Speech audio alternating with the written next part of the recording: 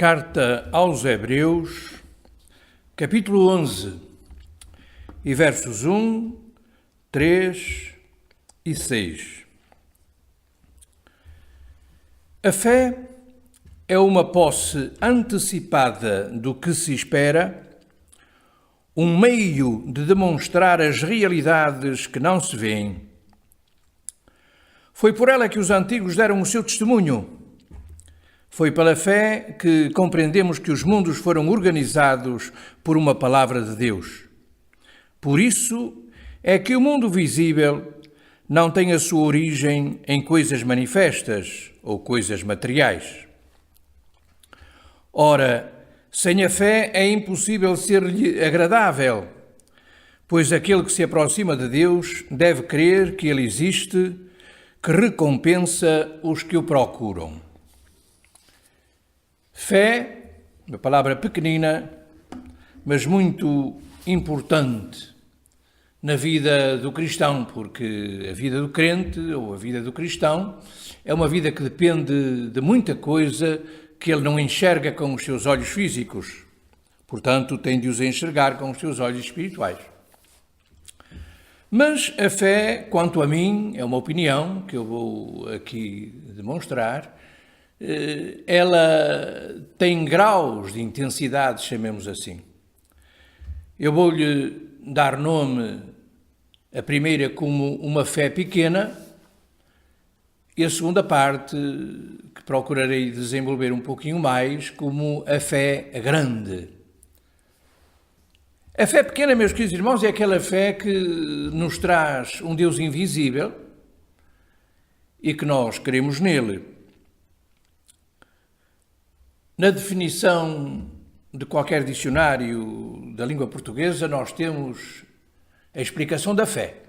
Num deles, diz assim: fé é crença absoluta na existência de certo facto.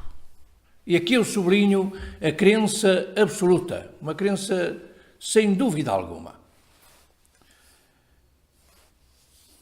A fé também é algo que é dado por Deus. Ela não é de todos. É uma dádiva divina. A própria palavra atesta isso quando diz, pois nem todos têm fé, ou noutra tradução, porque a fé não é de todos. Vamos começar dentro daquilo que denominamos chamar de fé pequena, a fé que opera para a nossa salvação. Entendemos salvação como uma mudança de vida, uma mudança de inferno para céu.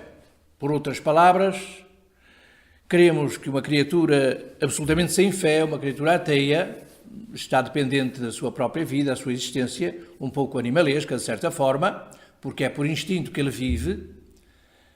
E a fé salvadora, aquela fé que antecipa uma eternidade de bênção com Deus, se nós o aceitarmos. Ora, para que eu aceite o sacrifício de Cristo na cruz do Calvário para a remissão dos meus pecados, ora, para que eu aceite a sua ressurreição como uma dádiva para que eu possa perdurar por toda a eternidade com Ele, eu tenho de ter fé, porque eu não estava no lugar para ver com os meus olhos físicos aquilo que aconteceu, quer o sacrifício de Cristo na cruz, quer a sua ressurreição, após os 3 dias que ele havia prometido ressuscitar. A palavra diz-nos assim: porque pela graça sois salvos, por meio da fé. E isto não vem de vós, é um dom de Deus. Portanto, como aquilo foi dito, é uma dádiva divina, que é colocada dentro de nós, chamemos assim, e que nos leva a crer neste Jesus, crer neste sacrifício, crer nesta ressurreição, crer numa vida eterna, etc. Portanto, esta é uma fé que a maioria mantém, persevera, e a palavra dá uma garantia para aqueles que creem nela. Cá está o exercício da fé. Aquele que perseverar até ao fim será salvo.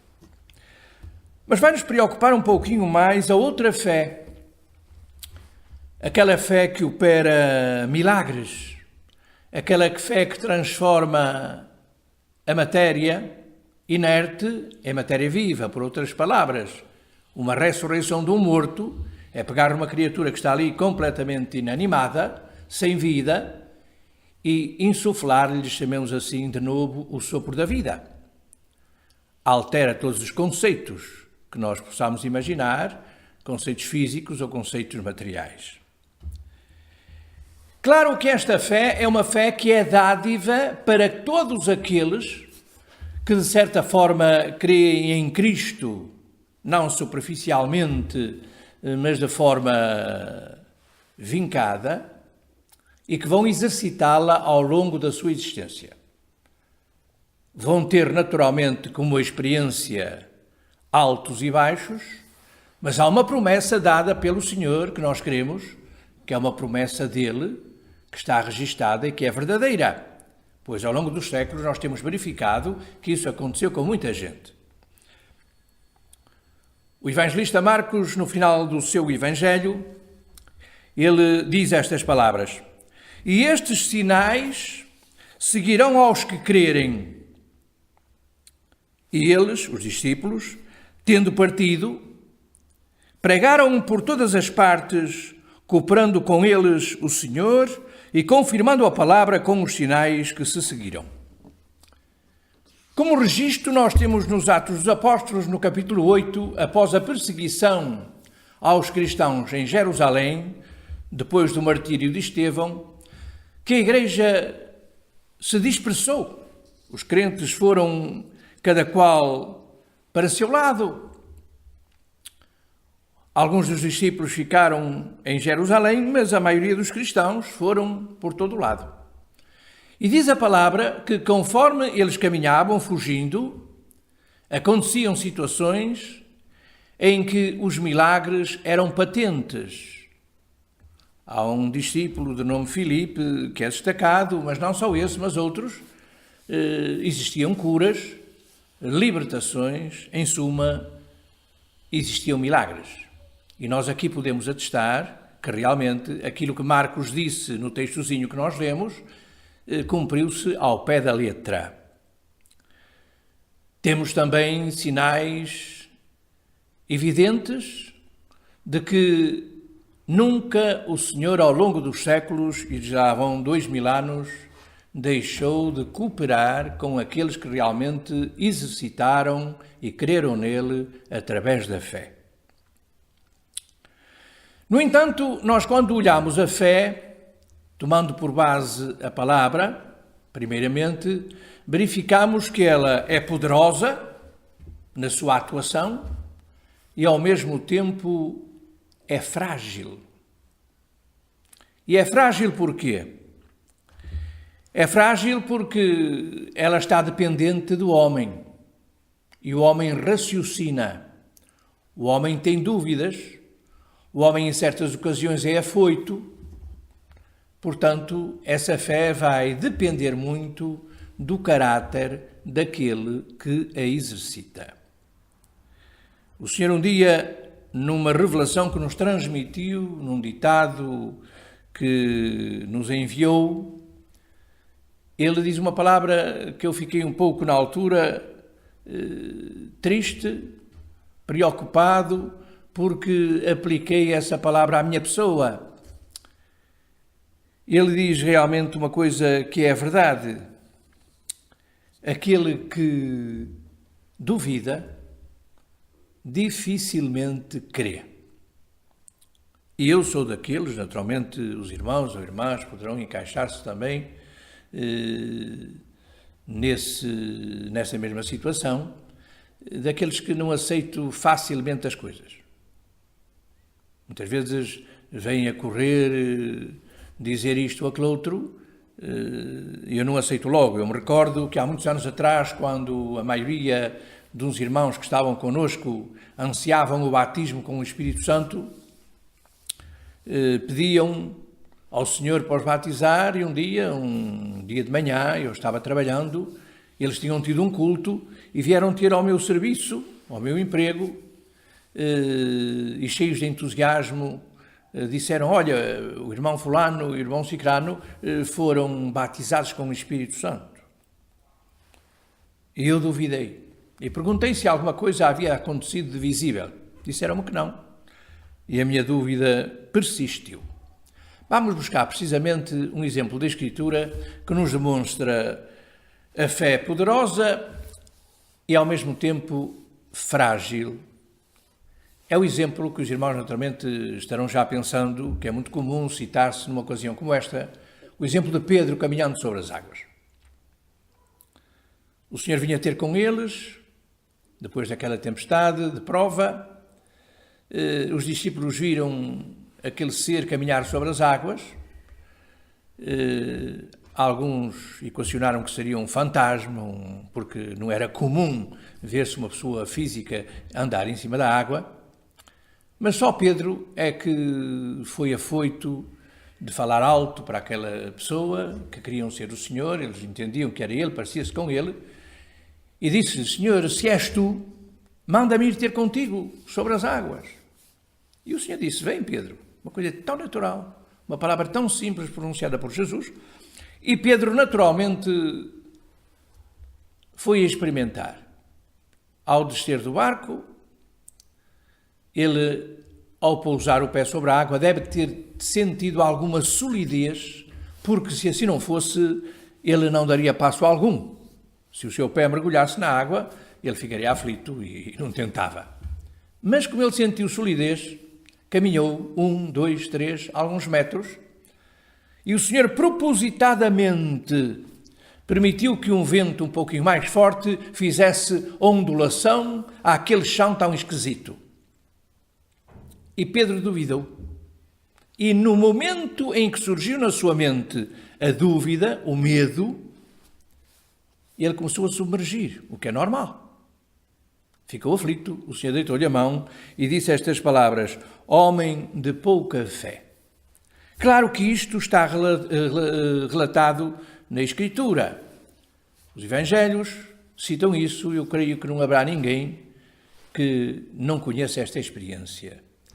Mas no grande Evangelho, em que o Evangelho é explicado à saciação, chamemos assim, nós encontramos situações de fé muito interessantes, ensino sobre a fé extraordinário, e vamos buscar precisamente um exemplo de fé poderosa e frágil ao mesmo tempo.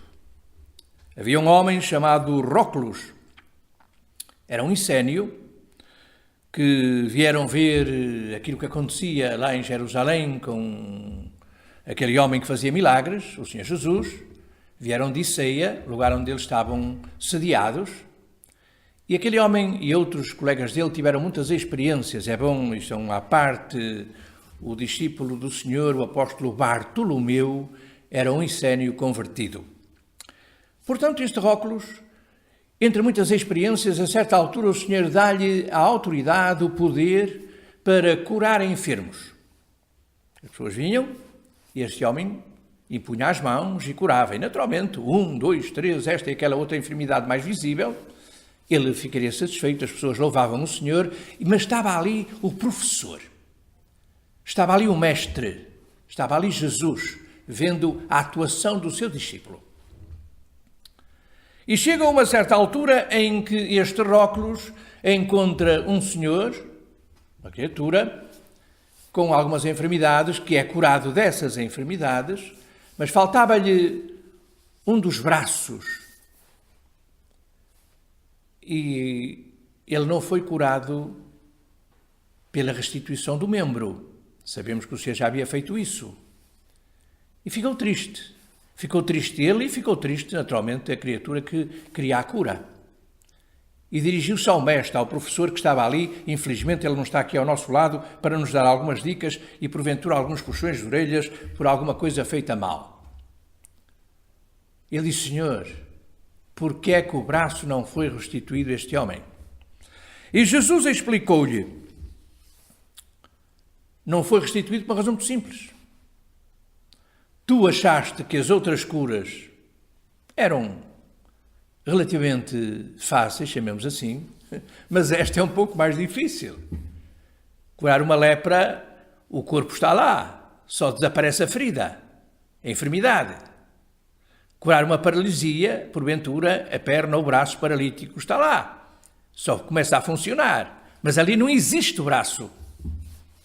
E tu duvidaste que eu, o Senhor, tivesse poder para restituir esse braço. Achaste que isso já era demais. Ora, os irmãos estão a ver como, de certa forma, a fé é poderosa, é um facto, este homem teve experiências, mas ela é frágil quando surge um sentimento tremendo, terrível, que é comum a qualquer um de nós, que é a dúvida. Ora, para nós atuarmos em nome do Senhor, não podemos ter dúvida alguma. Muitas vezes, aquilo que acontece connosco é que começamos a situação ao contrário. Eu vou explicar o porquê desta palavra. Começamos a entender a fé pelo intelecto, ao invés de entender a fé pela simplicidade. Lemos muito, hoje são imensos os livros que vêm sobre a fé. É a fé deste, é a fé daquele outro, é a grande experiência que o Senhor deu neste século ou que noutro, e nós ficamos maravilhados e dizemos como é possível, eu gostava de ter esta fé, etc. E a nossa cabeça está recheada de técnica. De certa maneira, os irmãos estão verificando que o textozinho que foi lido inicialmente como mote ao desenvolvimento desta mensagem, ou desta reflexão, é como que uma norma. É uma receita. Está ali tudo e ao mesmo tempo está ali nada. Está ali tudo porque é verdade e está ali nada se não é passado à prática com fé absoluta. A fé é o firme fundamento das coisas que se esperam e a prova daquelas que se não veem. Foi lida uma outra tradução. Esta é a mais comum.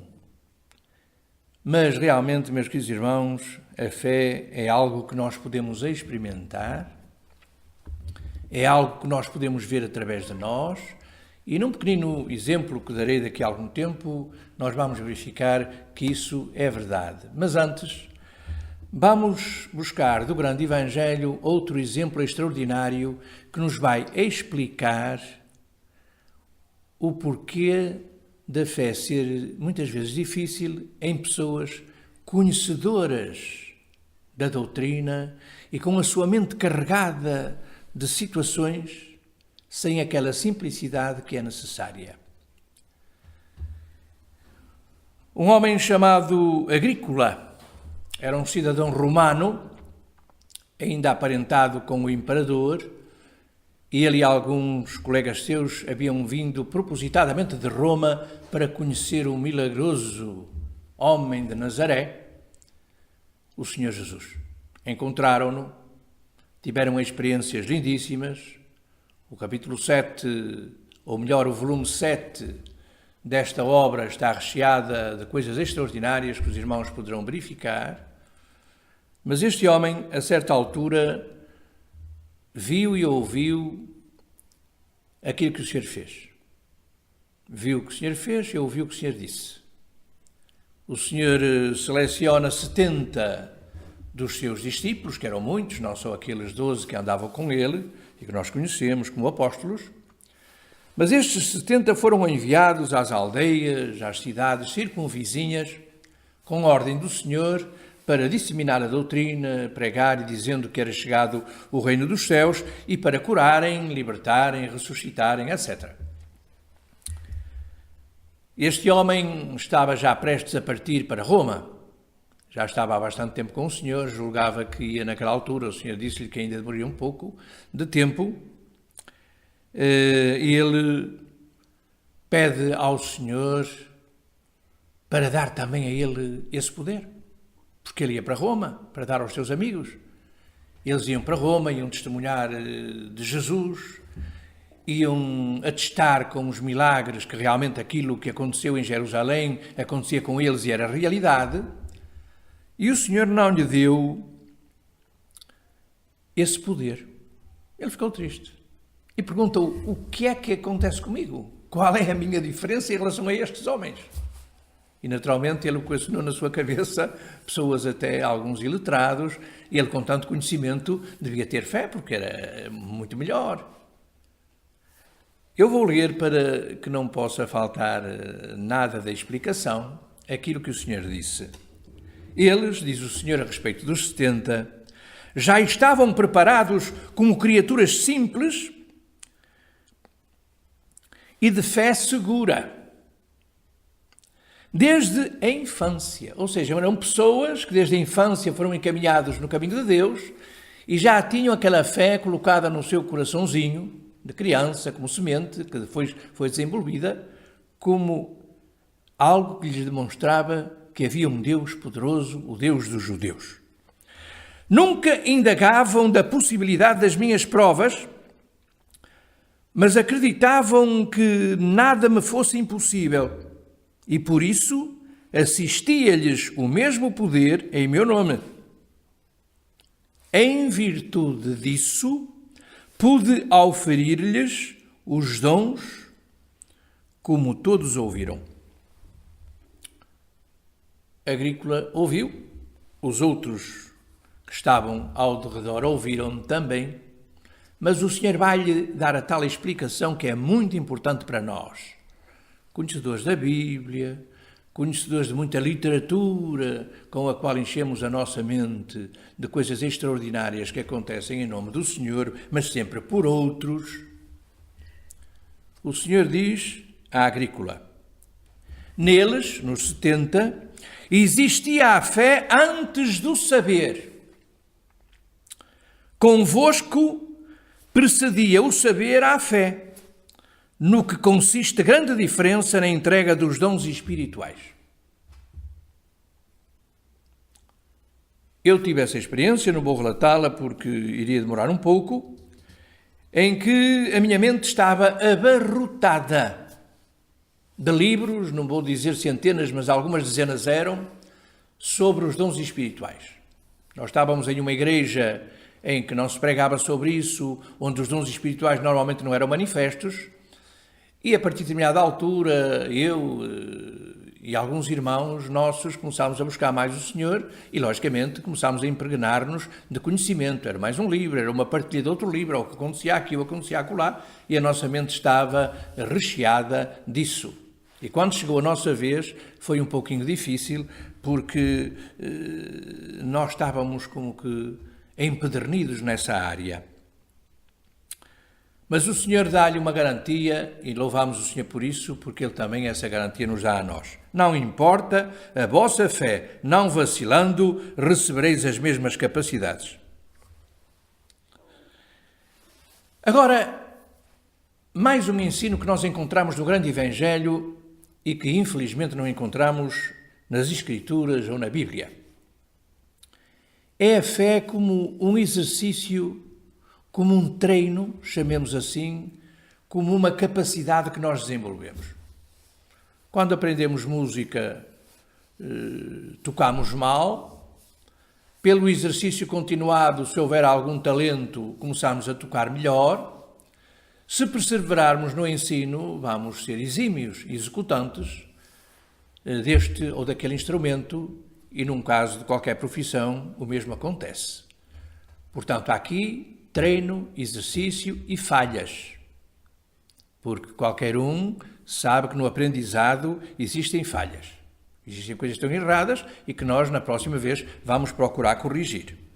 Ora, isso é dito pelo Senhor de forma magistral e eu vou transmiti-lo aos queridos irmãos e às queridas irmãs. Fé e confiança têm de ser exercitadas até chegarem ao ponto de unir a vontade individual à minha, de tal forma que o desejo se realiza de facto.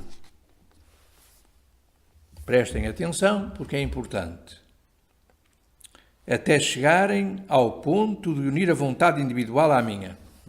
Portanto, a fé não é o exercício de uma vontade própria, e agora apetece-me que ali fora, porventura, surja um carro de gama alta, porque isso era pura vaidade, mas se fosse propósito do Senhor para demonstrar o seu poder, esse veículo porventura podia acontecer. Porque aqui havia uma ligação entre a vontade do Senhor e a minha vontade, que era, de certa forma, a vontade dele.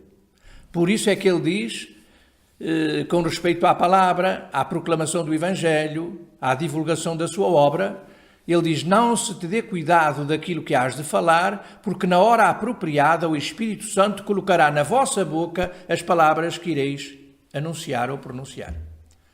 Portanto, a pessoa fala e a experiência é de muitos, que depois de algum testemunho, porventura, que possam ter dado, dizem, eu não sei como tive capacidade para falar de tal maneira. As coisas surgiam à minha mente. Realmente ele não sabe, mas a palavra explica e diz-lhe que o Senhor sabe.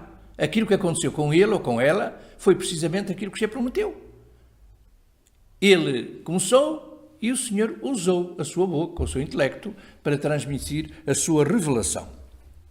Diz o Senhor ainda, pois somente pela fé plena e viva e por uma confiança idêntica pode o homem se transportar para onde quiser, ativamente, em espírito e em meu nome. Dirigindo-se especificamente à agrícola, ele diz, com o tempo alcançarás aquela destreza de fé e confiança, pela qual a tua vontade se torna plenamente ativa, podendo mandar nos próprios elementos em meu nome, tal qual aconteceu o Senhor. Ele, inclusive, aqui faz menção de dizer que podemos até transportar-nos, e nós sabemos que isso, buscando a Escritura como exemplo, aconteceu com Filipe quando estava num lugar e foi ao encontro daquele eunuco, de um lugar para outro, de imediato. Ou, como é chamado vulgarmente, bilocação. Depois temos a fé ligada à revelação. E aqui, meus queridos irmãos, nós temos o exemplo da Escritura, mas também podemos, na nossa pequenez, dar algum exemplo. São alguns, mas iremos citar um somente. Vamos buscar primeiro a Escritura. Quando Pedro sabe que Dorcas, uma irmã de Jerusalém, havia falecido, naturalmente vai à sua casa e encontra o corpo da senhora morta, lá na caminha, pronta para o seu enterro. E Pedro ajoelha-se, orar, e naturalmente o Senhor fala com ele, e Pedro levanta-se e dá ordem àquela senhora chamada Dorcas para que se levante, ressuscita. O que é que aconteceu aqui? Uma coisa muito simples. Pedro ajoelhou-se, orou, o Senhor disse, olha, eu quero ressuscitar a minha filha e quero que tu sejas usado nessa ressurreição. Dá ordem em meu nome. Pedro deu ordem e Dorcas ressuscitou. No nosso caso, já há alguns anos esta parte, nós tínhamos um salão de cultos, uma comunidade em determinado lugar, em que por 2 vezes surgiram inundações muito graves no salão. E nós chamamos pessoas para nos darem opinião, porque é que aquilo que surgia eram inundações, e a pessoa disse, é necessário ver onde é que está o mal, mas para isso teríamos de ter a planta das canalizações, e nós não tínhamos, naturalmente, teríamos de pedir. Mas nós dissemos na simplicidade de criança, nós não temos, mas o nosso Pai tem. O nosso Deus sabe como este prédio foi construído, o nosso Senhor sabe onde se encontra o mal, que faz com que haja retorno de águas, de fossas, etc. E vamos orar. E fomos, e um grupinho orou, alguns choraram, dizemos, Senhor, tu sabes tudo, Senhor, tu sabes que nós não temos dinheiro, porque a pessoa disse que tinha, se nós não tivéssemos a planta, tinha de rasgar o chão para ver por onde passavam estas canalizações. E oramos, e o Senhor deu uma visão. Nessa visão, o Senhor mostrava a entrada daquele espaço, haviam 3 escadas, e um anjo, com o dedo indicador, apontava para o 2º degrau, em determinado lugar específico, porque aquilo era grande. E nós, numa simplicidade de crianças. Nós fomos buscar um senhor entendido, um picheleiro, e dissemos, olha, o senhor não se importa, fura este lugar, neste degrau. E ele diz, mas vocês sabem se passa aqui? Não se importa, nós pagamos. O senhor, faça só aqui um buraquinho. E o homem fez o favor de fazer. Foi buscar a máquina, furou o cimento, abriu um buraco, mais ou menos de uns 20 centímetros, e verificou que ao invés de determinada canalização fazer uma curvatura, formava quase um ângulo reto. E naquele ângulo, que não deixava passar as coisas, estavam muita coisa desagradável, ossos, bocados de pano, etc., e fazia com que tudo aquilo que era lançado nos canos tivesse um retorno, porque nós estávamos no resto do chão. Nós louvámos o Senhor, chorámos de novo, mas com um choro de alegria. A pessoa fez aquele trabalho, não soube nada. E nós hoje, à distância de anos, com algumas experiências esporádicas, perguntamos, Senhor, porque é que esta realidade não acontece sistematicamente? Porque a tua igreja à face da terra, ela não devia viver de milagres esporádicos, mas ela devia ter milagres diários, milagre de cura, milagre de ressurreição, milagre de transformação de vidas. No entanto, o Senhor diz-nos que a nossa época é muito propensa à falta de fé. E dá a explicação que nós conhecemos, mas ele, à distância de tantos séculos, o Senhor Jesus Cristo profetizou. Diz assim, a respeito da fé das criaturas em futuro longínquo, portanto vamos colocar aqui a nossa época, quando o Filho do Homem voltar pela maneira tantas vezes demonstrada, digo-vos que a encontrará mais reduzida do que agora. Portanto, estamos a falar do tempo do Senhor, ela no nosso tempo será ainda mais reduzida. E vai ser mais reduzida, ou é mais reduzida, por causa de muita coisa que acontece, a que nós chamamos, ou damos o nome de ciência. Ela coloca-nos coisas diante de nós que realmente nos deixam perplexos, nos dão determinada confiança nela, ao invés de termos confiança no Senhor. Continua o Senhor Jesus.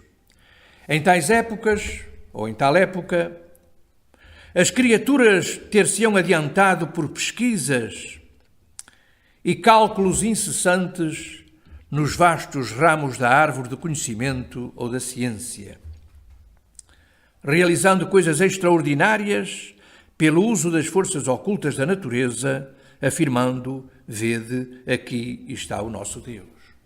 O homem descobre a eletricidade.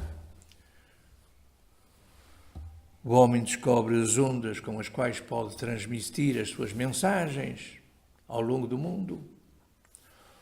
O homem hoje fala para qualquer lugar do planeta e quem quer que esteja do outro lado com o mesmo aparelho pode visualizar a sua imagem, ouvir a sua voz. A própria ciência no ramo da medicina está de tal maneira avançada que hoje algumas operações já são feitas por robôs com uma destreza matemática que o homem não consegue. E nós, meus queridos irmãos, quando temos qualquer situação, se formos buscar o exemplo da doença, vamos para esta ou aquela operação, nós abandonamos aos médicos, temos confiança absoluta nos meios de diagnóstico, tão sofisticados. Mas como somos crentes, também oramos e dizemos, Senhor, opera, ajuda os médicos, olha isto, olha aquele outro. Não é que o Senhor desdenhe disso ou queira que nós não façamos isso.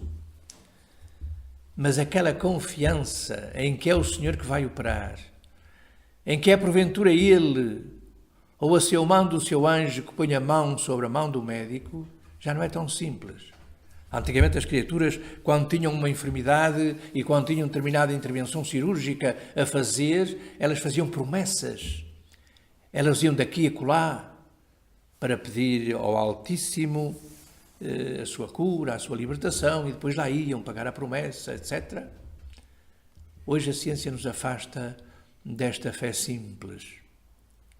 Antigamente, quando se vislumbrava que vinha uma tempestade, as pessoas refugiavam-se nas igrejas a pedir a Deus para que minimizasse, para que afastasse, etc. Hoje nós, pelos tais meios sofisticados, somos informados que determinado tufão, determinada tempestade vai passar na nossa zona às tantas horas do dia tal. E ao invés de nós corrermos para dizer: Senhor, olha o meu telhado, permita ao Pai que este vento seja minimizado, que não aconteça. Não, nós vamos a correr logo de imediato, pôr tábuas nas janelas, tábuas nas portas, a parafusar as coisas, para que quando vier essa dita tempestade, nós possamos ter o prejuízo o menor possível. A fé começa a ser um pouquinho posta de lado. Mas eu creio que o Senhor está, chamemos assim, a recolocar a fé nos seus filhos. Porque as coisas hoje estão de tal forma à nossa roda que mesmo o próprio homem já não tem controle sobre elas com a sua ciência, e louvado seja o nome de Jesus por isso. Agora, meus queridos irmãos, mediante tudo aquilo que foi exposto, porque isto é, chamemos assim, a palavra na teoria, a palavra no exercício da leitura. Para ela ter vida, ela tem de passar pela fé para a execução. E nós temos de deitar mão da ajuda do Senhor. Temos de ser humildes e pedir a Ele o mesmo que os discípulos pediram. E foi muito simples aquilo que os discípulos pediram em determinada ocasião de frustração. Senhor, aumenta-nos a fé. Jesus respondeu: se tivesseis fé como um grão de mostarda, dirias a esta amoreira: arranca-te e replanta-te no mar, e ela vos obedeceria. Temos de lutar. É possível consegui-lo. Mas temos de, meus queridos irmãos, dar a mão bem firme no Senhor para a sentir e saber se há uma conjugação entre a sua vontade e a nossa vontade para que a fé seja exercitada. Que o Senhor nos abençoe.